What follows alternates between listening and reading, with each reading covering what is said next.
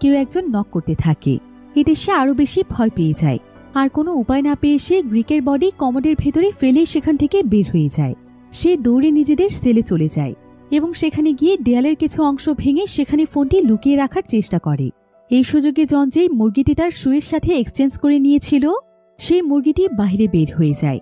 এদিকে ফোনটি লুকিয়ে রেখে স্টু যখন বাইরে বের হয়ে আসে, তখন হঠাৎ করে সে দেখতে পায় যে উপর থেকে মুরগির একটি পালক নিচে পড়ছে। এরপর উপরে তাকিয়ে সে দেখতে পায় যে একজন লোক সেই মুরগিটিকে ধরে রেখেছে এবং সে তাকে বলছে, ওয়াশরুমে একটু আগে তুমি কি করেছো আমি সব দেখে ফেলেছি। একথা শুনে স্টুয়ার এক মুহূর্তও দেরি না করে লোকটির কাছে চলে যায় এবং তাকে রিকোয়েস্ট করে যে এই ঘটনা যেন তিনি কাউকে না বলেন। তবে লোকটি এর বিনিময়ে স্টুকে তার একটি উপকার করার জন্য বলে।